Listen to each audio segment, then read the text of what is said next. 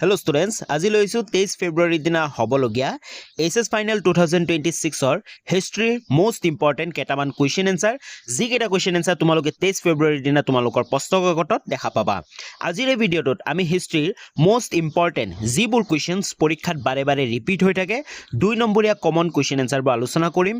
আৰু অতি সহজতে বুজাবলৈ চেষ্টা কৰিম যিবোৰ তোমালোকৰ এছএছ ফাইনেলত বাৰে বাৰে ৰিপিট হৈ থাকে আৰু এইবাৰ হৈ যোৱা বিভিন্ন ডিস্ট্ৰিক্টৰ প্ৰি ফাইনেল এক্সাম এই কুৱেশ্যন এনসাৰ গিটাই কিন্তু ৰিপিট হৈছিল। যদি প্ৰথমবাৰ চেনেললৈ ভিজিট কৰিছা তেতিয়াহলে চেনেলটো সাবস্ক্ৰাইব কৰি বেল আইকনটো প্ৰেছ কৰি অল কৰি ৰাখিবা। প্ৰথম ফাৰ্স্ট কুৱেশ্যন 1 নম্বৰ কুৱেশ্যনটো চোৱা হৰপ্পা সভ্যতাৰ দুটা স্থানৰ নাম উল্লেখ কৰা। এই কুৱেশ্যনটো আগৰ বছৰত আহিছিল, ইয়াৰ উত্তৰটো হ'ব হৰপ্পা সভ্যতাৰ দুটা স্থানৰ নাম হ'ল ঢোলভিৰা আৰু লুথাল। হয়, মনত থাকিব। নেক্সট কুৱেশ্যন নম্বৰ 2 টো চোৱা হৰপ্পা সভ্যতাৰ লিপিসমূহৰ দুটা বৈশিষ্ট্য উল্লেখ কৰা। এই কুৱেশ্যনটো অতি গুৰুত্বপূৰ্ণ কুৱেশ্যন। হৰপ্পা সভ্যতাৰ লিপিসমূহৰ দুটা বৈশিষ্ট্য কি আছিল? হৰপ্পা সভ্যতাৰ লিপিসমূহৰ দুটা বৈশিষ্ট্য হ'ল লিপিসমূহ যথেষ্ট সংখ্যক চিহ্ন ব্যৱহাৰ কৰা হৈছিল। কি কৰা হৈছিল? লিপিসমূহত যথেষ্ট সংখ্যক চিহ্ন মানে যিকোনো চিহ্ন মানে ছবি ব্যৱহাৰ কৰা হৈছিল। 2 নম্বৰ লিপিসমূহ সোঁফালৰ পৰা বাওঁফাললৈ লিখা আছিল আৰু লিপিসমূহ সোঁফালৰ পৰা বাওঁফাললৈ লিখা আছিল। ওকে, এই দুটা হৈছে হৰপ্পা সভ্যতাৰ লিপিসমূহৰ বৈশিষ্ট্য। নেক্সট কুৱেশ্যন নম্বৰ 3 টো চোৱা হৰপ্পা সভ্যতাৰ যিকোনো দুটা মূল বৈশিষ্ট্য উল্লেখ কৰা। হৰপ্পা সভ্যতাৰ যিকোনো দুটা মূল বৈশিষ্ট্য উল্লেখ কৰা। মনত কৰিবা হৰপ্পা সভ্যতাৰ লিপিসমূহৰ বৈশিষ্ট্য আহিছিল, তো এইটো কুৱেশ্যন 3 নম্বৰ কুৱেশ্যনটো আছে হৰপ্পা সভ্যতাৰ যিকোনো দুটা মূল বৈশিষ্ট্য। ইয়াৰ উত্তৰটো চোৱা হৰপ্পা সভ্যতাৰ যিকোনো দুটা মূল বৈশিষ্ট্য হ'ল 1 নম্বৰ হৰপ্পা সভ্যতাৰ এক প্ৰধান বৈশিষ্ট্য হ'ল বিস্তৃত আভ্যন্তৰীণ আৰু বৈদেশিক বাণিজ্য। কি কৰিছিল? বিস্তীৰ্ণ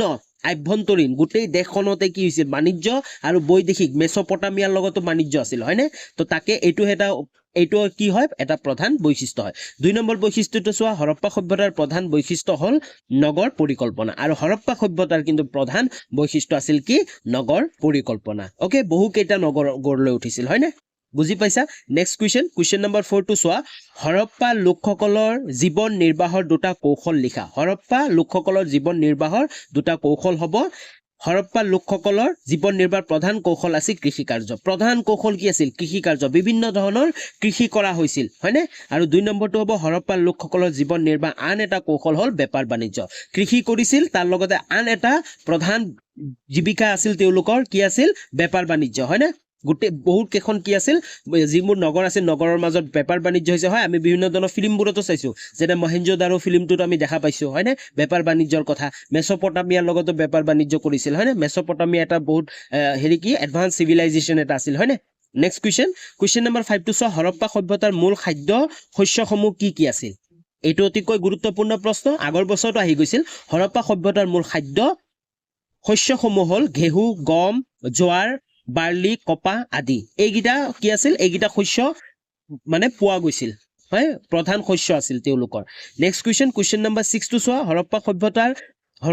সভ্যতাত ব্যৱহাৰ কৰা ধাতুসমূহ কি কি আছিল? বহু কেইটামান ধাতু ব্যৱহাৰ কৰিছিল যিবোৰ পুৰাতত্ত্ববিদসকলেও পাইছে, হয়নে? হৰপ্পা সভ্যতাত তো কি কি ধাতু আছিল? চোৱা হৰপ্পা সভ্যতাত ব্যৱহাৰ কৰা ধাতুসমূহ আছিল তাম, ৰূপ, সোণ, ব্ৰজ,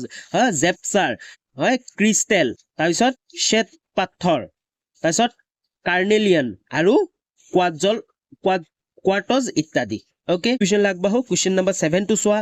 কোনে কেতিয়া হৰপ্পা সভ্যতা আৱিষ্কাৰ কৰিছিল? এই কুৱেশ্যনটো এটা গুৰুত্বপূৰ্ণ প্ৰশ্ন, আগৰ বছৰত আহি গৈছিল। চোৱা পুৰাতত্ত্ববিদ ৰখাল দাস বেনাৰ্জী, দয়াৰাম সাহানী আৰু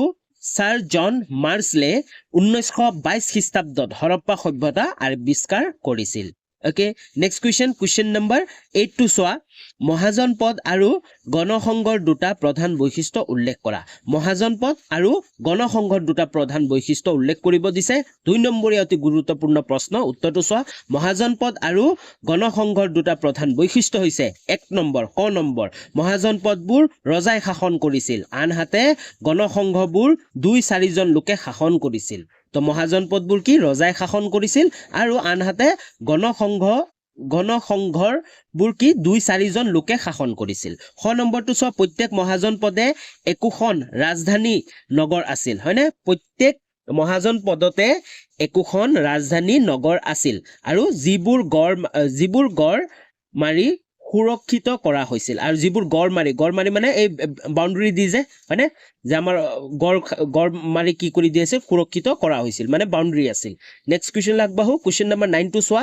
দুজন মহাজন পদৰ নাম লিখা অতি গুৰুত্বপূৰ্ণ এক নম্বৰীয়া প্ৰত্যেক বছৰে আহে দুজন মহাজন পদৰ নাম তো ইয়াৰ উত্তৰটো কি হ'ব মগধ আৰু কুশল মনত ৰাখিবা দুজন যদি আহে 2 নম্বৰী আহি যাব পাৰে তো তাৰ উত্তৰটো হ'ব মগধ আৰু কুশল নেক্সট কুৱেশ্যন নম্বৰ 10 টো চোৱা সমলসমূহক কেইটা ভাগত ভগাব পাৰি আৰু কি কি ইয়াৰ উত্তৰটো চোৱা সমলসমূহক দুটা ভাগত ভগাব পাৰি যেনে প্ৰত্নতাত্ত্বিক সমল আৰু লিখিত সমল কি প্ৰত্নতাত্ত্বিক সমল আৰু লিখিত সমল নেক্সট কুৱেশ্যন নম্বৰ 11 টো চোৱা অশোকে ৰাজ্যবোৰ পৰিদৰ্শন কৰিবলৈ পঠোৱা বিষয়া দুজনৰ নাম লিখা অতি গুৰুত্বপূৰ্ণ প্ৰশ্ন 2 নম্বৰৰ কাৰণে যদিও অহা নাই কিন্তু অহাৰ বহুখিনি সম্ভাৱনা আছে তো তোমালোকে এজ এ ৰিভিজন হিচাপে চাই যোৱা তোমালোকে মনত কৰি যাবা তো উত্তৰটো চোৱা অশোকে ৰাজ্য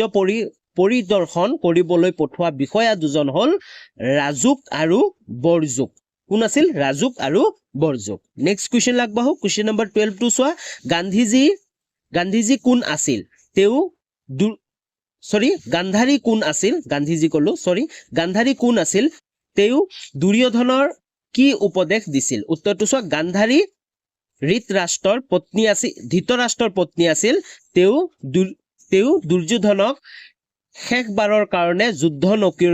নকৰিবৰ বাবে উপদেশ দিছিল হয় গান্ধাৰী কোন আছিল ধৃতৰাষ্ট্ৰৰ পত্নী আছিল আৰু তেওঁ দুৰ্যোধনক শেষবাৰৰ কাৰণে যুদ্ধ নকৰিবৰ বাবে উপদেশ দিছিল নেক্সট কুৱেশ্যন আগবাঢ়ো কুৱেশ্যন নম্বৰ 13 টো চোৱা জৈন ধৰ্মৰ সন্ন্যাসী আৰু পতসীসকলে মানি চলা নীতি কেইটা কি হয় নীতি কেইটা আৰু কি ইয়াৰ উত্তৰটো চোৱা জৈন ধৰ্মৰ সন্ন্যাসীসকলে মানি চলা নীতি হ'ল 5টা কি 5টা নীতি মানি চলিছিল 1 নম্বৰ হ'ল অহিংসা সত্য কথা কোৱা চুৰি নকৰা ব্ৰহ্মচৰ্য পালন আৰু সম্পত্তি আহৰণৰ পৰা ভিতৰত থকা ওকে গম পাইছা তোমালোকে জৈন ধৰ্মৰ সন্ন্যাসীসকলে মানি চলা 5টা নীতি আছিল কি আছিল অহিংসা সত্য কথা কোৱা চুৰি নকৰা ব্ৰহ্মচৰ্য পালন কৰা হয়নে পালন আৰু সম্পত্তি আহৰণৰ পৰা ভিতৰত থকা নেক্সট কুৱেশ্যন আগবাঢ়ো কুৱেশ্যন নম্বৰ 14 টো চোৱা অলৰেডি এক্সামত আহি গৈছিল গোত্ৰ ব্যৱস্থাৰ উল্লেখযোগ্য বিধান দুটা কি ইয়াৰ উত্তৰটো চোৱা খ্ৰীষ্টপূৰ্ব 1000 মানৰ পৰা শ্ৰেণী বিভাজনৰ কাৰণে গোত্ৰ পদ্ধতি প্ৰচলন হৈছিল গোত্ৰ হৈছে 1000 মানৰ পৰা শ্ৰেণী বিভাজনৰ কাৰণ গোত্ৰ পদ্ধতি প্ৰচলন হৈছিল ব্ৰাহ্মণসকল শ্ৰেণী বিভাজন কৰাটোৱে আছিল গোত্ৰ পদ্ধতিৰ প্ৰচলনৰ প্ৰধান উদ্দেশ্য এইটো গোত্ৰ একোজন ঋষিৰ নামেৰে ৰখা হৈছিল একোটা গোত্ৰৰ সদস্যসকল একোজন ঋষিৰ বংশধৰ বুলি ধৰা হৈছিল ওকে তো বুজি পালা গোত্ৰ কি হয় তাৰ পিছত কৈছে গোত্ৰ ব্যৱস্থাৰ উল্লেখযোগ্য বিধান দুটা কি গোত্ৰ ব্যৱস্থাৰ উল্লেখযোগ্য বিধান দুটা হ'ল বিবাহৰ পিছত পত্নীগৰাকী মহিলাই পিতৃৰ গোত্ৰ ত্যাগ কৰি স্বামীৰ গোত্ৰ ব্যৱহাৰ কৰিব লাগিছিল আৰু খ নম্বৰটো আছিল সমগোত্ৰীয় লোকসকলৰ লগত বিবাহ কাৰ্য সম্ভৱ নাছিল বুজি পাইছা নেক্সট কুৱেশ্যন আগবাঢ়ো কুৱেশ্যন নম্বৰ 15 টো চোৱা অহিংস শব্দৰ অৰ্থ বুজাই লিখা 2 নম্বৰীয়া কুৱেশ্যন আহি যাব পাৰে অহিংস শব্দৰ অৰ্থ বুজাই লিখা ইয়াৰ উত্তৰটো চোৱা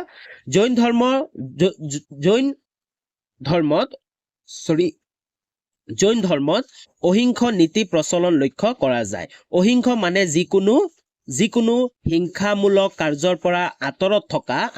আৰু কোনো প্ৰাণী হত্যাৰ পৰা আঁতৰত থকা হয় তো অহিংস মানে কি আছিল কোনো ধৰণৰ হত্যাকাণ্ডৰ লগত কোনো অহিংস কাৰ্যৰ পৰা কি থকা দূৰত থকা এই অহিংসা নীতি প্ৰথমে কৃষি কাৰ্য বিশেষভাৱে প্ৰতিফলিত হৈছিল কাৰণ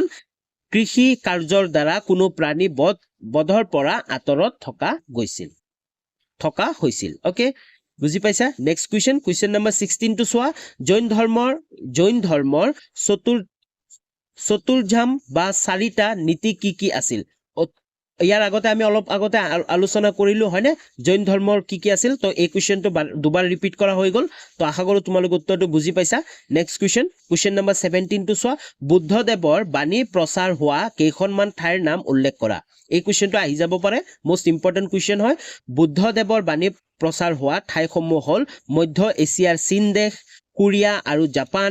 ইয়াৰ উপৰিও শ্ৰীলংকা ম্যানমাৰ থাইলেণ্ড আৰু ইণ্ডোনেছিয়া মনত ৰাখিবা বুদ্ধদেৱৰ বাণী প্ৰচাৰ হোৱা কেইখনমান ঠাইৰ নাম যদি লিখিব আহে তেনেহলে কি হ'ব মধ্য এছিয়াৰ চীন দেশ কোৰিয়া জাপান ইয়াৰ উপৰিও শ্ৰীলংকা ম্যানমাৰ থাইলেণ্ড আৰু ইণ্ডোনেছিয়া বুজি পাইছা নেক্সট কোৱেশ্চন নম্বৰ 18 টো চোৱা বৌদ্ধ ধৰ্মৰ যিকোনো দুটা মূল শিক্ষা উল্লেখ কৰা বৌদ্ধ ধৰ্মৰ দুটা মূল শিক্ষা হ'ল নিৰ্বাণ বা মুক্তি লাভ কৰা আৰু অষ্টমাৰ্গ বা আঠটা নীতি অনুসৰণ বা মানি চলা তো বৌদ্ধ ধৰ্মৰ দুটা মূল শিক্ষা কি হয় নিৰ্বাণ বা মুক্তি লাভ কৰা আৰু অষ্টমাৰ্গ বা আঠটা নীতি অনুসৰণ বা মানি চলা বুজি পাইছা নেক্সট কোৱেশ্চন নম্বৰ 19 টো চোৱা কোন কোন চনত টিকট কৰ আৰু আয়কৰ প্ৰৱৰ্তন কৰা হৈছিল অতি গুৰুত্বপূৰ্ণ প্ৰশ্ন অলৰেডি আগৰ বছৰত আহি গৈছিল ইয়াৰ উত্তৰটো হ'ব 1858 চনত টিকট কৰ আৰু 1860 চনত আয়কৰ প্ৰৱৰ্তন কৰা হৈছিল ওকে নেক্সট কোৱেশ্চন নম্বৰ 20 টো চোৱা ব্ৰিটিছৰ দিনত অসমৰ কৃষকৰ দুৰৱস্থাৰ দুটা কাৰণ লিখা ব্ৰিটিছৰ দিনত অসমৰ যি কৃষকসকল আছিল তেওঁলোকৰ দুৰৱস্থাৰ দুটা কাৰণ লিখা কি কাৰণত তেওঁলোকৰ দুৰৱস্থা হৈছিল ইয়াৰ উত্তৰটো চোৱা ব্ৰিটিছৰ দিনত অসমৰ কৃষকসকলৰ দুৰৱস্থাৰ দুটা কাৰণ হ'ল এক নম্বৰ কৃষকৰ পৰা অত্যাধিক কৰ সংগ্ৰহ হয়নে কৃষকৰ পৰা অত্যাধিক কৰ সংগ্ৰহ কৰিছিল যাৰ কাৰণে কৃষকসকল কি হৈ গৈছিল তেওঁলোকে কৰ দিওতে দুখীয়া হৈ গৈছিল তেওঁলোকৰ দুৰৱস্থা হৈ গৈছিল ওকে দুই নম্বৰটো আছিল প্ৰাকৃতিক দুৰ্যোগ হয় অসমৰ কথা আমি জানোই প্ৰাকৃতিক দুৰ্যোগ তাৰপিছত মহামাৰী আৰু দুৰ্ভিক্ষৰ সময়তো চৰকাৰৰ পৰা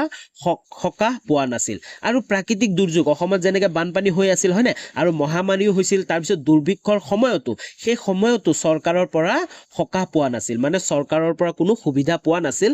চৰকাৰৰ পৰা ৰেহাই পোৱা নাছিল সেই ব্ৰিটিছ চৰকাৰে তাৰ পিছতো কৰ সংগ্ৰহ কৰিছিল তো এইবোৰ কাৰণত এই দুটাই কাৰণ আছিল যাৰ কাৰণে কৃষকসকলৰ দুৰৱস্থা হৈছিল বুজি পাইছা নেক্সট কোৱেশ্চন যদি তোমালোকে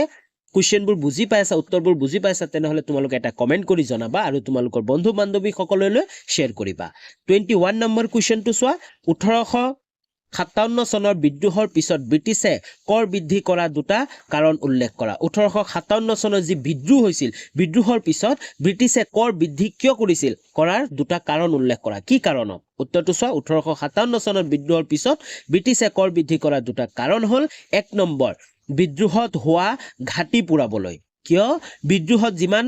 তেওঁলোকৰ কি হৈছিল খৰচ হৈ গৈছিল অথবা তেওঁলোকৰ যি ঘাটি হৈছিল লোকচান হৈছিল সেই লোকচানখিনি পুৰাবলৈ কৰ বৃদ্ধি কৰিছিল আৰু দুই নম্বৰ হৈছে সমতা হস্তান্তৰৰ ফলত পোৱা কোম্পানীৰ সম্পত্তি কিনিবলৈ আৰু সমতাৰ হস্তান্তৰৰ পৰা পোৱা কোম্পানীৰ সম্পত্তি কিনিবলৈ বুজি পাইছা নেক্সট কোৱেশ্চন নম্বৰ 22 টো চোৱা কামৰূপ ৰাজ্য কেইটা ভাগত বিভক্ত আছিল আৰু কি কি কামৰূপ ৰাজ্যখন কেইটা ভাগত বিভক্ত আছিল আৰু কি কি উত্তৰটো চোৱা কামৰূপ ৰাজ্য চাৰিটা ভাগত বিভক্ত আছিল যেনে ৰত্নপীঠ কামপীঠ স্বৰ্ণপীঠ আৰু সমাৰপীঠ ওকে মনত থাকিব কামৰূপ ৰাজ্য বহুত ইম্পৰ্টেন্ট কোৱেশ্চন 2 নম্বৰৰ কাৰণে আহি যাব পাৰে কামৰূপ ৰাজ্য কেইটা ভাগত বিভক্ত আছিল চাৰিটা ভাগত কি আছিল ৰত্নপীঠ কামপীঠ স্বৰ্ণপীঠ আৰু সমাৰপীঠ নেক্সট কোৱেশ্চন নম্বৰ 23 টো চোৱা খ্ৰীষ্টপূৰ্ব 10 পৰা 17 শতিকাৰ ভিতৰত উপমহাদেশখন ভ্ৰমণ কৰা 4জন ভ্ৰমণকাৰীৰ নাম লিখা হয় খ্ৰীষ্টপূৰ্ব 10 পৰা 17 শতিকাৰ ভিতৰত উপমহাদেশখন ভ্ৰমণ কৰা 4জন ভ্ৰমণকাৰীৰ নাম লিখা অতি গুৰুত্বপূৰ্ণ প্ৰশ্ন ইয়াৰ উত্তৰটো চোৱা শতিকাৰ ভিতৰত উপমহাদেশখন ভ্ৰমণ কৰা 4জন ভ্ৰমণকাৰীৰ নাম হ'ল ৰাষ্ট্ৰদূত আব্দুৰ ৰাজ্জাক আৰু আলবেৰুনি ইবনে বাতুতা ফ্ৰান্সকুছ বাৰ্নিয়াৰ কোন আছিল ৰাষ্ট্ৰদূত আব্দুৰ ৰাজ্জাক আছিল আলবেৰুনি আছিল ইবনে বাতুতা আছিল যি দুজনৰ নাম তোমালোকে বহুবাৰ পাইছা হয়নে এক নম্বৰীয়া প্ৰশ্নটো পাইছা আলবেৰুনি আৰু ইবনে বাতুতা তো তোমালোকৰ মনত থাকিব আৰু এটা আছিল ৰাষ্ট্ৰদূত আব্দুৰ ৰাজ্জাক আছিল আৰু ফ্ৰান্সকুছ বাৰ্নিয়াৰ আছিল মনত থাকিব নেক্সট কুৱেশ্যন নম্বৰ 24 টো চোৱা আল-বেৰুনিৰ লিখনিৰ দুটা বৈশিষ্ট্য উল্লেখ কৰা আল-বেৰুনিৰ লিখনিৰ দুটা বৈশিষ্ট্য উল্লেখ কৰিব দিছে ইয়াৰ উত্তৰটো হ'ব আল-বেৰুনিয়ে অতি কম দিনৰ ভিতৰতে আৰবী সিৰিয়া পাৰ্চী হিব্ৰু আৰু সংস্কৃত ভাষাত পাৰ্গত হৈছিল যি আল-বেৰুনিৰ তেওঁ লিখনিৰ দুটা বৈশিষ্ট্য হ'ব তেওঁ অতি কম দিনতে আৰবী সিৰিয়া পাৰ্চী সংস্কৃত ভাষাত কি হৈ গৈছিল পাৰ্গত হৈছিল আৰু 2 নম্বৰটো আছিল আল-বেৰুনিয়ে গ্ৰীক ভাষা নজনাকৈ আৰবী ভাষালৈ অনুদিত গ্ৰন্থৰ যোগেদি প্লুটো আৰু আন গ্ৰীক দাৰ্শনিকসকলৰ লিখনিৰ লগত পৰিচিত হৈ পৰিছিল বুজি পাইছা নেক্সট কুৱেশ্যন আগবাঢ়ো কুৱেশ্যন নম্বৰ 25 টো চোৱা ইবনে বতুতাৰ পৰ্দাঙ্ক অনুসৰণ কৰি ভাৰতলৈ অহা দুজন পৰ্যটকৰ নাম লিখা মানে ইবনে বতুতাৰ যি ফুট আছে ন ভৰি পৰিছিল ন ইয়াতে তো সেই মতে আৰু তেওঁৰ কাৰণে অহা আৰু দুজন কি পৰ্যটকৰ নাম লিখিব হৈছে মানে ইবনে বতুতাৰ কাৰণে আৰু দুজন আহিছিল সেই দুজনৰ নাম কি হ'ব ইবনে বতুতাৰ পৰ্দাঙ্ক অনুসৰণ কৰি ভাৰতলৈ অহা দুজন পৰ্যটকৰ নাম হ'ল আব্দুল ৰাজ্জাক আৰু শ্বেখ আলী হাজিন কোন আছিল আব্দুল ৰাজ্জাক অলপ আগত আমি নামটো পাইলো মনত ৰাখিবা আৰু শ্বেখ আলী হাজিন আছিল বুজি পাইছা নেক্সট কুৱেশ্যন 26 নম্বৰ কুৱেশ্যনটো চোৱা কিতাবুল হিন্দৰ ওপৰত এটি টোকা লিখা 2 নম্বৰীয়া প্ৰশ্ন আহি যাব পাৰে 2 নম্বৰীয়া নাহিলেও কিন্তু তোমালোকৰ 4 নম্বৰীয়া আহিব পাৰে এই ভিডিঅ'টোত যিমানবোৰ আলোচনা কৰি আছো যদিও 2 নম্বৰীয়া কিন্তু 4 নম্বৰীয়াৰ কাৰণে এইকেইটা ইম্পৰ্টেণ্ট আহি যাব পাৰে ওকে যাতে তোমালোকে লিখিব পাৰা তো উত্তৰটো চোৱা কিতাবুল হিন্দৰ ওপৰত এটি টোকা লিখিব দিছে আল-বেৰুনিয়ে কোনে ৰচনা কৰিছিল আল-বেৰুনিয়ে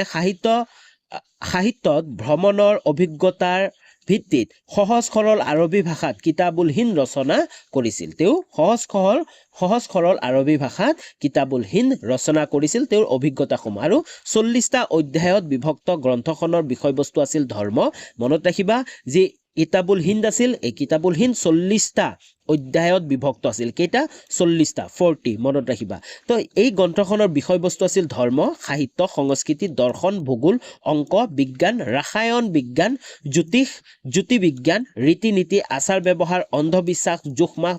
ইত্যাদি হয় ইয়াৰ পৰা আমি সমসাময়িক ভাৰতীয় সমাজৰ প্ৰকৃত স্বৰূপ জানিব পাৰো আৰু এই কিতাপটোৰ পৰা আমি সমসাময়িক ভাৰতীয় সমাজৰ প্ৰকৃত স্বৰূপ জানিব পাৰো ওকে বুজি পাইছা আশা কৰো তোমালোকে উত্তৰটো গম পাইছা তোমালোকে এবাৰ পঢ়ি ললে তোমালোকৰ হৈ যাব নেক্সট কুৱেশ্যন নম্বৰ 27 টো চোৱা ইবনে বতুতা কোৰ পৰা আহিছিল যদিও 1 নম্বৰীয়া প্ৰশ্ন কিন্তু মই দি দিছো কাৰণ এটা ইম্পৰ্টেন্ট কুৱেশ্যন লাগিছে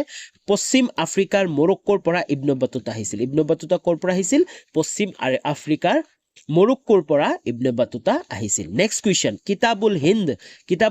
গ্ৰন্থখন কেইটা ভাগত বিভক্ত অলপ আগতে মই ক'লো কিতাবুল হিন্দ 40টা ভাগত বিভক্ত মনত ৰাখিবা যদিও 1 নম্বৰীয়া 2 নম্বৰীয়া ভিডিঅ'ত 1 নম্বৰীয়া দিছো কিন্তু ইম্পৰ্টেন্ট হয় নেক্সট কুৱেশ্যন নম্বৰ 29 টো চোৱা দুজন বিখ্যাত সুফি সন্তৰ নাম লিখা ইয়াৰ উত্তৰটো হ'ব দুজন বিখ্যাত সুফি সন্তৰ নাম হ'ল ৰাবি আৰু মনসুৰ বিন হালাজ কোন আছিল ৰাবি আৰু মনসুৰ বিন হালাজ নেক্সট কুৱেশ্যন নম্বৰ 30 টো চোৱা বলি আৰু আউলিয়াৰ অৰ্থ কি যি ওলি বুলি কোৱা হয় ওলি আৰু আউলিয়াৰ অৰ্থ কি এই দুটা হ'ল কি ইছলামিক শব্দ চোৱা ওলি আৰু আউলিয়াৰ অৰ্থ হৈছে ঈশ্বৰৰ মিত্ৰ এজন সুফি ওলি আৰু আউলিয়াৰ এই শব্দ দুটাৰ অৰ্থ হৈছে ঈশ্বৰৰ মানে আল্লাহ বা ভগৱানৰ মিত্ৰ মানে বন্ধু এজন সুফি বুজি পাইছা যি আল্লাহৰ নিকটাত্মীয় বুলি দাবী কৰিছিল আৰু যোনে মানে আল্লাহৰ ওচৰত মানে একদম ওচৰৰ মানুহ বুলি দাবী কৰিছিল বুজি পাইছা নেক্সট কুৱেশ্যন আগবাঢ়ো কুৱেশ্যন নম্বৰ 31 টো চোৱা 31 টো উৰ্দু ভাষাৰ বিষয়ে চমুকৈ উল্লেখ কৰা এই কুৱেশ্যনটো ইম্পৰ্টেন্ট কুৱেশ্যন উৰ্দু ভাষাৰ বিষয়ে চমুকৈ উল্লেখ দিব পাৰে 2 নম্বৰৰ কাৰণে উত্তৰটো চোৱা উৰ্দু ভাষা হ'ল হিন্দু আৰু মুছলমানৰ সংস্কৃতিৰ সংমিশ্ৰণৰ দ্বাৰা প্ৰতিষ্ঠিত হোৱা ভাষা মনত কৰিবা উৰ্দু ভাষা হ'ল হিন্দু আৰু মুছলমানৰ সংস্কৃতিৰ সংমিশ্ৰণৰ দ্বাৰা প্ৰতিষ্ঠিত হোৱা ভাষা ইয়াৰ শব্দ সম্ভাৰবোৰ হিন্দী ফৰাচী আৰু আৰবী ভাষাৰ পৰা উদ্ভৱ কৰা আৰু ইয়াৰ যিমানবোৰ শব্দ আছে উৰ্দু ভাষাৰ এই উৰ্দু ভাষাৰ শব্দবোৰ হিন্দী ফৰাচী আৰবী ভাষাৰ পৰা উদ্ভৱ হোৱা মনত থাকিব নেক্সট কুৱেশ্যন নম্বৰ 32 টো চোৱা কোনে কেতিয়া বিজয়নগৰ সাম্ৰাজ্য প্ৰতিষ্ঠা কৰিছিল অতি গুৰুত্বপূৰ্ণ প্ৰশ্ন কোনে কেতিয়া বিজয়নগৰ সাম্ৰাজ্য প্ৰতিষ্ঠা কৰিছিল ইয়াৰ উত্তৰটো হ'ব হৰিহৰ আৰু বুক্কই 1336 খ্ৰীষ্টাব্দত বিজয়নগৰ প্ৰতিষ্ঠা কৰিছিল ওকে নেক্সট কুৱেশ্যন 33 নম্বৰ কুৱেশ্যনটো চোৱা বিজয়নগৰ সাম্ৰাজ্যৰ আটাইতকৈ শ্ৰেষ্ঠ ৰজাজন কোন আৰু তেওঁ কোন ৰাজবংশৰ লোক আছিল বিজয়নগৰ সাম্ৰাজ্যৰ আটাইতকৈ শ্ৰেষ্ঠ ৰজাজন কোন আছিল বিজয়নগৰ সাম্ৰাজ্যৰ আটাইতকৈ শ্ৰেষ্ঠ ৰজাজন কৃষ্ণদেৱ ৰায় আৰু তেওঁ তুলুভা ৰাজবংশৰ লোক আছিল কোৰ লোক আছিল তেওঁ কোন ৰাজবংশৰ তুলুভা ৰাজবংশৰ লোক আছিল মনত ৰাখিবা বহুত important question next question 34 number কুৱেশ্যনটো চোৱা কোনে কেতিয়া বিজয়নগৰ সাম্ৰাজ্য পুনৰ উদ্ধাৰ কৰিছিল হয় কোনে কেতিয়া এটো আমি এটা পাইছো কোনে কেতিয়া বিজয়নগৰ সাম্ৰাজ্য প্ৰতিষ্ঠা কৰিছিল এটো বেলেগ তাৰ পিছত এতিয়া আমাক সুধিছে যে কোনে কেতিয়া বিজয়নগৰ সাম্ৰাজ্য পুনৰ উদ্ধাৰ কৰিছিল ইয়াৰ উত্তৰটো হ'ব কাৰ্নেল কলিন মেকেন্ডিয়ে 1800 খ্ৰীষ্টাব্দত বিজয়নগৰ সাম্ৰাজ্য পুনৰ উদ্ধাৰ কৰিছিল মনত ৰাখিবা তোমালোকে কনফিউজ নহবা কোনে কেতিয়া বিজয়নগৰ সাম্ৰাজ্য প্ৰতিষ্ঠা কৰিছিল হেতু হ'ব হৰিহৰ আৰু বুক্কই 1336 খ্ৰীষ্টাব্দত তাৰ পিছত কিন্তু কৈছে কোনে কেতিয়া বিজয়নগৰ সাম্ৰাজ্য পুনৰ উদ্ধাৰ কৰিছিল কাৰ্নেল কলিন মেকেঞ্জিয়ে তো 35 নম্বৰ কুৱেশ্যনটো চোৱা বিজয়নগৰ ভ্ৰমণ কৰা দুজন বিদেশী পৰ্যটকৰ নাম লিখা অতি গুৰুত্বপূৰ্ণ প্ৰশ্ন ইয়াৰ উত্তৰটো হ'ব বিজয়নগৰ ভ্ৰমণ কৰা দুজন বিদেশী পৰ্যটকৰ নাম হৈছে ইটালীৰ নিকল কণ্টি আৰু পাৰ্চিয়াৰ আব্দুল ৰাজা কোন আছিল ইটালীৰ নিকল কণ্টি আৰু পাৰ্চিয়াৰ কোন আছিল আব্দুল ৰাজা ওকে নেক্সট কুৱেশ্যন 36 নম্বৰ কুৱেশ্যনটো চোৱা বিজয়নগৰ শাসন কৰা ৰাজবংশ কেইটাৰ নাম লিখা অতি গুৰুত্বপূৰ্ণ প্ৰশ্ন যদিও অহা নাই কিন্তু আহি যাব পাৰে 2 নম্বৰ কাৰণে বিজয়নগৰ শাসন কৰা ৰাজবংশ কেইটাৰ নাম হ'ল চোৱা সংগম বংশ তাৰপিছত চালুভা বংশ তাৰপিছত তুলুভা বংশ আৰু অৰবিন্দ বংশ মনত থাকিব সংগম বংশ চালুভা বংশ তুলুভা বংশ আৰু অৰবিন্দ বংশ নেক্সট কুৱেশ্যন নম্বৰ 37 টো চোৱা কিমান খ্ৰীষ্টাব্দত আৰু কোনে হাম্পি চহৰ ধ্বংস সবিশেষ আৱিষ্কাৰ কৰিছিল যি ধ্বংস হোৱা সবিশেষ আছিল সেইবোৰ আৱিষ্কাৰ কৰিছিল ইয়াৰ উত্তৰটো চোৱা 1800 খ্ৰীষ্টাব্দত পুৰাতত্ত্ববিদ কাৰ্নেল কালিন মেকেঞ্জিয়ে হাম্পি চহৰৰ ধ্বংস সবিশেষ আৱিষ্কাৰ কৰিছিল মনত থাকিব কোনে আৱিষ্কাৰ কৰিছিল পুৰাতত্ত্ববিদ কাৰ্নেল কালিন মেকেঞ্জিয়ে কিমান চনত 1800 খ্ৰীষ্টাব্দত নেক্সট কুৱেশ্যন লাগবাহু কুৱেশ্যন নম্বৰ 38 টো চোৱা কি উৎসৰ পৰা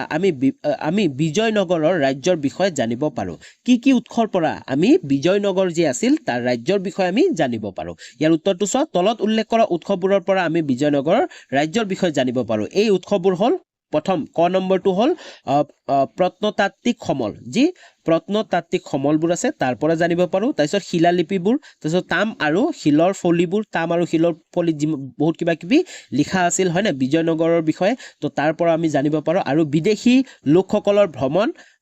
ভ্ৰমণ বৃত্তান্ত যি বিদেশী লোকসকল আছিল তেওঁলোকে বিভিন্ন ধৰণৰ টোকা লিখি গৈছিল তাৰ পৰা আমি বিজয়নগৰ ৰাজ্যৰ বিষয়ে জানিব পাৰো তাৰ লগতে তামিল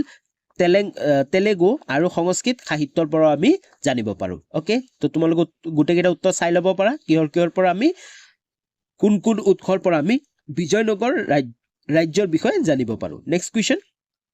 কুৱেশ্যন নম্বৰ 39 টো চোৱা কিয় মোগল ৰাজ বিষয়াসকলে কৃষি প্ৰধান সমাজখন নিজৰ নিয়ন্ত্ৰণ ৰাখিবলৈ বিচাৰিছিল কিয় মোগল ৰাজ বিষয়াসকলে কৃষি প্ৰধান সমাজ নিজৰ নিয়ন্ত্ৰণত ৰাখিবলৈ বিচাৰিছিল উত্তৰটো চোৱা মোগল যুগৰ অৰ্থনীতিৰ মেৰুদণ্ড আছিল ভূমি ৰাজ্য আৰু কৃষি হয়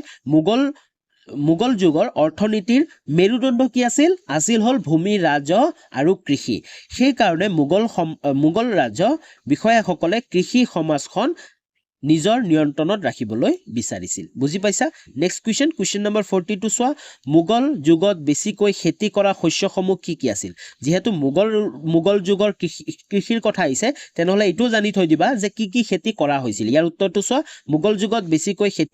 খেতি কৰা শস্যসমূহ হ'ল ধান মাহ আৰু ঘেঁহু কি ধান মাহ আৰু ঘেঁহু তোমালোকে মনতে কৰিব নালাগে তোমালোকে জানাই ভাৰতবৰ্ষত যেতিয়াৰ পৰা কৃষি কৰা হৈছিল ধান মাহ ঘেঁহু এইবোৰে বেছিকৈ কৰা হৈছিল ওকে নেক্সট কুৱেশ্যন 41 নম্বৰ কুৱেশ্যনটো চোৱা কানকুট আৰু ৰাটাই পদ্ধতিৰ বিষয়ে লিখা চোৱা কানকুট হিন্দীত কান মানে হ'ল শস্য আৰু কুট মানে আন্দাজ আৰু ৰটাই মানে হ'ল ভাউলি হয় ইয়াত শস্য কাটি একে ঠাইতে জমা কৰা আৰু সেইবোৰ সকলো পক্ষৰ সন্মতি সাপেক্ষে বাট বতৰা কৰা তো সেইটোৱে আছিল কানকুট আৰু ৰটাই নেক্সট কুৱেশ্যন নম্বৰ 42 টো চোৱা পঞ্চায়তৰ মুখিয়ালসকলে সমাধা কৰা দুটা কাম উল্লেখ কৰা তো পঞ্চায়ত মুখিয়ালসকলে সমাধা কৰা দুটা কাম উল্লেখ কৰিব দিছে ইয়াৰ উত্তৰটো হ'ব 1 নম্বৰটো হ'ব গাঁৱৰ আয় ব্যয়ৰ হিচাপ তদাতৰ কৰা আৰু 2 নম্বৰটো হ'ল গাঁৱত বাস কৰা বিভিন্ন জাতিসমূহৰ নিজস্ব পৰিসীমা ৰক্ষা কৰাটো তদাতৰ কৰা নেক্সট কুৱেশ্যন নম্বৰ 43 টো চোৱা আকবৰৰ দিনত ভূমিক কেইটা ভাগত ভাগ কৰা হৈছিল আৰু কি উত্তৰটো চোৱা আকবৰৰ দিনত ভূমিক 4টা ভাগত ভাগ কৰা হৈছিল যেনে পাৰাউতি পুলেজ সাচৰ আৰু বঞ্জৰ কি পাৰাউতি পুলেজ সাচৰ আৰু বঞ্জৰ নেক্সট কুৱেশ্যন নম্বৰ 44 টো চোৱা ভূমি ৰাজ ব্যৱস্থা কেইটা ভাগত বিভক্ত আৰু কি ভূমি ৰাজ ব্যৱস্থা কেইটা ভাগত বিভক্ত দুটা ভাগত বিভক্ত কি ৰাজ নিৰ্ধাৰণ আৰু ৰাজ সংগ্ৰহ কি আছিল ৰাজ নিৰ্ধাৰণ আৰু ৰাজ সংগ্ৰহ নেক্সট কুৱেশ্যন লাগবাহু কুৱেশ্যন নম্বৰ 45 টো চোৱা পানিপথৰ যুদ্ধ কেতিয়া আৰু কাৰ মাজত হৈছিল অতি গুৰুত্বপূৰ্ণ প্ৰশ্ন পানিপথৰ যুদ্ধ কেতিয়া আৰু কাৰ মাজত হৈছিল ইয়াৰ উত্তৰটো চোৱা 1526 খ্ৰীষ্টাব্দত ইব্ৰাহিম লোডি আৰু মোগল সম্ৰাট আকবৰৰ মাজত পানিপথৰ যুদ্ধ হৈছিল বহুত ইম্পৰ্টেন্ট কুৱেশ্যন কেৱল তোমালোকৰ হাই সেকেন্ডাৰী হিষ্ট্ৰী বুলি নহয় বহু কেইটা কম্পিটিটিভ এক্সামতো আহে বহুবাৰ এই কুৱেশ্যনটো আহিছিল পানিপথৰ যুদ্ধ কেতিয়া হৈছিল আৰু কাৰ মাজত হৈছিল 1526 খ্ৰীষ্টাব্দত ইব্ৰাহিম লোডি আৰু মোগল সম্ৰাট আকবৰৰ মাজত পানিপথৰ যুদ্ধ হৈছিল নেক্সট কুৱেশ্যন 46 নম্বৰ কুৱেশ্যনটো চোৱা চিৰস্থায়ী বন্দোবস্ত প্ৰৱৰ্তন কৰা দুটা ইতিবাচক দিশৰ বিষয়ে লিখা চিৰস্থায়ী বন্দোবস্ত প্ৰৱৰ্তন কৰা দুটা ইতিবাচক দিশ হ'ল ক নম্বৰ এই ব্যৱস্থা জমিদাৰসকলে মাটিৰ উৎপাদনশীলতা বৃদ্ধিৰ গুৰুত্ব দিলে কাৰণ অতিৰিক্ত ৰাজহ সংগ্ৰহ কৰিব পাৰিলে নিজৰে লাভ তো এইটো আছিল তাৰপিছত খ নম্বৰটো আছিল জমিদাৰসকল মাটিৰ মালিক ৰূপে স্বীকৃত হোৱা তেওঁলোক চৰকাৰৰ প্ৰতি কৃতজ্ঞ হৈ থাকিল এইদৰে দেখাত এটা ধনী শ্ৰেণীৰ অনুগত্য লাভ কৰিবলৈ কোম্পানীৰ চৰকাৰ সক্ষম হ'ল বুজি পাইছা নেক্সট কুৱেশ্যন লাগবাহু কুৱেশ্যন নম্বৰ 47 টো চোৱা পঞ্চম প্ৰতিবেদন কাক কোৱা হৈছিল উত্তৰটো চোৱা ভাৰতত ইষ্ট ইণ্ডিয়া কোম্পানীৰ প্ৰশাসন আৰু কাৰ্যক্ৰমৰ সম্পৰ্কত দাখিল কৰা প্ৰতিবেদন পঞ্চম প্ৰতিবেদন বুলি কোৱা হৈছিল ওকে নেক্সট কুৱেশ্যন 48 নম্বৰ কুৱেশ্যনটো চোৱা কোনে আৰু কোন চনত বংগদেশত চিৰস্থায়ী বন্দোবস্ত প্ৰৱৰ্তন কৰিছিল কোনে আৰু কোন চনত বংগদেশত চিৰস্থায়ী বন্দোবস্ত প্ৰৱৰ্তন কৰে ইয়াৰ উত্তৰটো হ'ব লৰ্ড কৰ্ণৱালিছে 1793 চনত বংগ বিহাৰ আৰু উৰিষ্যাত চিৰস্থায়ী বন্দোবস্ত প্ৰৱৰ্তন কৰিছিল মনত ৰাখিবা কোনে কৰিছিল লৰ্ড কৰ্ণৱালিছে 1793 চনত ওকে কত কৰিছিল এটো মন ৰাখিবা বংগ বিহাৰ আৰু উৰিষ্যাত চিৰস্থায়ী বন্দোবস্ত প্ৰৱৰ্তন কৰিছিল নেক্সট কুৱেশ্যন নম্বৰ 49 টো চোৱা ৰেগুলেটিং বা নিয়ন্ত্ৰণকাৰী আইন কি আছিল অতি ইম্পৰ্টেন্ট প্ৰশ্ন ইয়াৰ উত্তৰটো চোৱা ৰেগুলেটিং বা নিয়ন্ত্ৰণকাৰী আইন ইংৰাজসকলে 1773 চনত প্ৰণয়ন কৰিছিল কেতিয়া কৰিছিল ইংৰাজসকলে কৰিছিল 1773 চনত প্ৰণয়ন কৰিছিল ইষ্ট ইণ্ডিয়া কোম্পানীৰ কাম কাজবোৰ নিয়মীয়া নিয়মীয়াকৰণ কৰাৰ কাৰণে এই আইন প্ৰণয়ন কৰা হৈছিল আৰু কিয় কৰিছিল যাতে ইষ্ট ইণ্ডিয়া কোম্পানীৰ যিমানবোৰ কাম আছে কামবোৰ নিয়মীয়াকৰণৰ কাৰণে এই আইন প্ৰণয়ন কৰা হৈছিল নেক্সট কুৱেশ্যন নম্বৰ 52 চোৱা পঞ্চম প্ৰতিবেদন বুলিলে কি বুজায় কিয় ই গুৰুত্বপূৰ্ণ পঞ্চম প্ৰতিবেদন বুলিলে কি বুজা আৰু কিয় ই গুৰুত্বপূৰ্ণ ইয়াৰ উত্তৰটো চোৱা ভাৰতবৰ্ষত কোম্পানীৰ কাম-কাজ খতিয়ান বিষয়ক বহুতো প্ৰতিবেদন ব্ৰিটিছ সংসদ দাখিল কৰা হৈছিল 1813 খ্ৰীষ্টাব্দত এই সম্পৰ্কত এখন বিসত্ৰিত প্ৰতিবেদন ব্ৰিটিছ সংসদৰ উত্থাপন কৰা হৈছিল এই প্ৰতিবেদনখনে পঞ্চম প্ৰতিবেদন বুলি কোৱা হৈছিল আৰু এই প্ৰতিবেদনখনকে পঞ্চম প্ৰতিবেদন বুলি কোৱা হৈছিল কাৰণ এই প্ৰতিবেদনখন প্ৰায় 1002 পৃষ্ঠাৰ আছিল প্ৰায় 1002 পৃষ্ঠাৰ আছিল ইয়াৰে 8 পৃষ্ঠাত ৰায়ত আৰু জমিদাৰ সকলৰ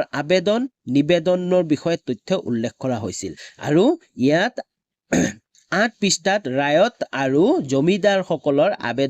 নিবেদন বিষয়ক তথ্য উল্লেখ কৰা হৈছিল নেক্সট কুৱেশ্যন আগবাঢ়ো কুৱেশ্যন নম্বৰ 51 টো চোৱা 1875 চনৰ কৃষক বিদ্ৰোহৰ তিনিটা ফলাফল উল্লেখ কৰা এই কুৱেশ্যনটো অলৰেডি এক্সামত আহি গৈছিল 1875 চনৰ কৃষক বিদ্ৰোহৰ তিনিটা ফলাফল উল্লেখ কৰিব দিছে ইয়াৰ উত্তৰটো হ'ব ক নম্বৰ এই বিদ্ৰোহৰ প্ৰভাৱ গাঁওবিলাকলৈ সম্প্ৰসাৰণ ঘটিছিল হয়নে এই বিদ্ৰোহৰ প্ৰভাৱ গাঁওবিলাকলৈও কি হৈছিল সম্প্ৰসাৰণ ঘটিছিল 2 নম্বৰ বিদ্ৰোহী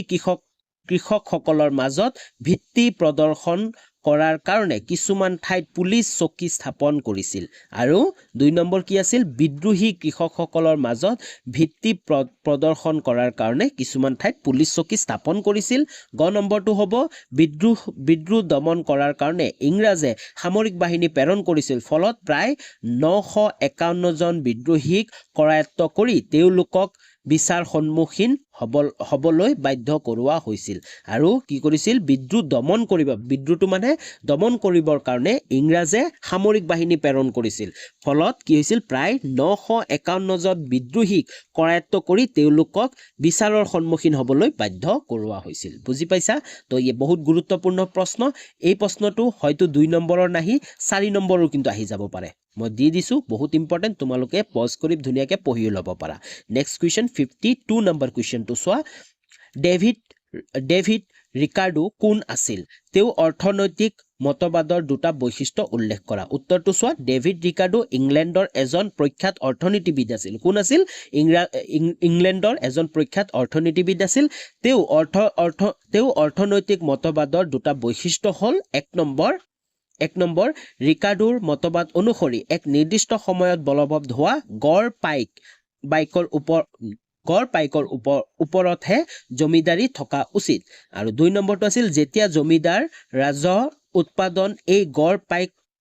পাইকতকৈ বেছি হয় তেতিয়া জমিদাৰৰ এই উপৰঞ্চি ৰাহি উপাদানৰ ওচৰত চৰকাৰে কৰ আৰোপ কৰা উচিত ওকে বুজি পাইছা তোমালোকে পজ কৰি ধুনিয়াকে কুৱেশ্যনটো পঢ়ি ল'ব পাৰা নেক্সট কুৱেশ্যন নম্বৰ 53 টো চোৱা সিপাহী বিদ্ৰোহৰ তৎকালীন কাৰণ কি আছিল উত্তৰটো চোৱা তোমালোকে সিপাহী বিদ্ৰোহৰ তৎকালীন কাৰণ হ'ল এনফিল্ড ৰাইফল ব্যৱহাৰ কি আছিল যি এনফিল্ড ৰাইফল ব্যৱহাৰ আছিল তাৰে মেইন কাৰণ আছিল সিপাহী বিদ্ৰোহৰ তৎকালীন কাৰণ ৰাইফলটো ব্যৱহাৰ কৰোতে তাৰ যোনটো কাৰ্টিজটো আছিল তো মুখেৰে কামৰি চৰ্বিখনা মূৰটো এৰুৱাই বন্দুকত লগাব লাগিছিল আৰু যি এইটো ৰাইফল আছিল ৰাইফলৰ যোনটো কাৰ্টুজটো আছিল সেইটো মুখেৰে কামৰি চৰ্বিখনা মূৰটো এৰুৱাই বন্দুকত লগাব লাগিছিল ভাৰতীয় সিপাহীসকলৰ মাজত প্ৰচাৰ হ'ল যে কাৰ্টিজবোৰ সানি থোৱা চৰ্বিবোৰ গৰু আৰু গাহৰিৰ যেতিয়া ভাৰতীয় যিমানবোৰ সিপাহীসকল আছিল তেওঁলোকৰ মাজত প্ৰচাৰ হ'ল যে যিবোৰ কাৰ্টুজ আছে অথবা কাৰ্টিজ আছে সেইবোৰ কি গৰু আৰু গাহৰিৰ চৰ্বিৰহে ইয়াৰ দ্বাৰা সিপাহীসকলে তেওঁলোকৰ ধৰ্মৰ আঘাত দিয়া বুলি অনুভৱ কৰিছিল আৰু ইয়াৰ পৰা কি হৈছিল চিপাহীসকলে তেওঁলোকৰ যোনটো ধৰ্ম আছিল ধৰ্মত আঘাত দিয়া কাৰণ মুছলমানে জানো গাহৰিৰ হেৰি কৰিব আৰু হিন্দুৱে জানে গৰু হেৰি কৰিব তো তাৰ কাৰণে চিপাহীসকলৰ মাজত কি হৈছিল বিদ্ৰোহৰ সৃষ্টি হৈছিল বুজি পাইছা নেক্সট কুৱেশ্যন নম্বৰ 54 টো চোৱা চিপাহী বিদ্ৰোহত ভাগ লোৱা কেইজনমান ধৰ্মীয় নেতাৰ নাম লিখা আৰু এই চিপাহী বিদ্ৰোহত ভাগ লোৱা কেইজনমান ধৰ্মীয় নেতাৰ নাম লিখিব দিছে কি ঠিক তোমালোকৰ দুজন লিখিব আহিব পাৰে তো তোমালোকে চাই লোৱা চিপাহী বিদ্ৰোহত ভাগ লোৱা কেইজনমান ধৰ্মীয় নেতা হ'ল শাহমল গনু উত্তৰ প্ৰদেশৰ ফৈজাবাদ উল্লাহ শাহ আদি তো এইসকল আছিল চিপাহী বিদ্ৰোহৰ অংশগ্ৰহণ কৰা ধৰ্মীয় নেতা দেই বহুত আছে কিন্তু চিপাহী বিদ্ৰোহৰ অংশগ্ৰহণ কৰা বহু কেইজন আছে কিন্তু ধৰ্মীয় নেতা বুলি কৈছে তো তাৰ কাৰণে এই কেইজন নেক্সট কুৱেশ্যন 55 নম্বৰ কুৱেশ্যনটো চোৱা কেতিয়া আৰু কোন সহযোগীৰ সৈতে মণিৰাম দেৱানক ফাঁচি দিয়া হৈছিল অতি গুৰুত্বপূৰ্ণ প্ৰশ্ন অসম ইতিহাসৰ পৰা যদি আহে এই কুৱেশ্যনটো আহা অতিকৈ ইম্পৰ্টেণ্ট হয় তো চোৱা 1858 চনৰ 26 ফেব্ৰুৱাৰী তাৰিখে সহযোগী বিপ্লৱ পিয়লি ফুকনৰ সৈতে মণিৰাম দেৱানক ফাঁচি দিয়া হৈছিল হয় পিয়লি ফুকনৰ সৈতে মণিৰাম দেৱানক ফাঁচি দিয়া হৈছিল নেক্সট কুৱেশ্যন লাগবাহো কুৱেশ্যন নম্বৰ 56 টো চোৱা বিদ্ৰোহ বুলিলে কি বুজা 1857 চনৰ বিদ্ৰোহৰ আধাৰত ইয়াৰ ব্যাখ্যা আগবঢ়োৱা অতি গুৰুত্বপূৰ্ণ প্ৰশ্ন 4 নম্বৰৰো আহি যাব পাৰে তো বিদ্ৰোহ বুলিলে কি বুজা চোৱা বিদ্ৰোহ প্ৰতিষ্ঠিত কৰ্তৃপক্ষ ক্ষমতাৰ বিৰুদ্ধে জনসাধাৰণে কৰা বিদ্ৰোহ আৰু দুয়োটা শব্দ সমৰ্থক শব্দৰূপে ব্যৱহাৰ কৰিব পাৰি তাৰপিছত 1857 চনত বিদ্ৰোহৰ প্ৰসংগ বিদ্ৰোহ শব্দটোৱে প্ৰাথমিক ৰূপত অসামৰিক লোক কৃষক জমিদাৰ সকলৰ উত্থানৰ বুজাইছিল আনহাতে সেনাদ্ৰোহে চিপাহীসকলৰ দ্ৰোহক বুজাইছিল নেক্সট তাৰ পিছত চোৱা